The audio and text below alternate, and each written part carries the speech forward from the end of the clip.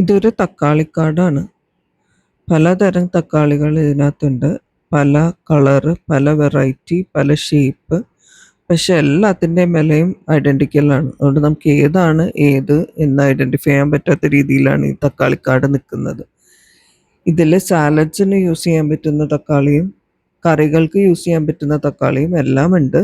മഞ്ഞയാണ് കൂടുതലും ഒരു വെറൈറ്റി, സാധാരണ തക്കാളിയേക്കാളും ഒരു വെറൈറ്റി ടേസ്റ്റ് കാണിക്കുന്ന തക്കാളി.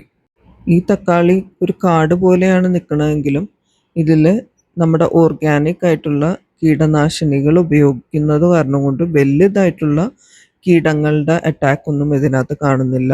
നല്ലതുപോലെ വിളവ് തരുന്നുമുണ്ട്. ഇതിൽ സാലഡ്സിന് യൂസ് ചെയ്യാൻ പറ്റിയ തക്കാളിയാണ് കൂടുതലുള്ളത്.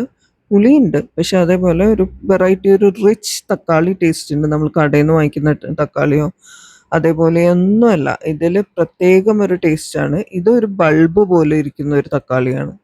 ഇതുവരെ പഴുത്തിട്ടില്ല. പഴുത്തിട്ട് വേണം അതൊന്ന് കാണാൻ, എന്ത് കളറാണെന്നൊന്നും അറിയാൻ കഴിഞ്ഞിട്ടില്ല. ഈ മഞ്ഞ തക്കാളിയാണ് ബെസ്റ്റ് ഫോർ സാലഡ്സ്.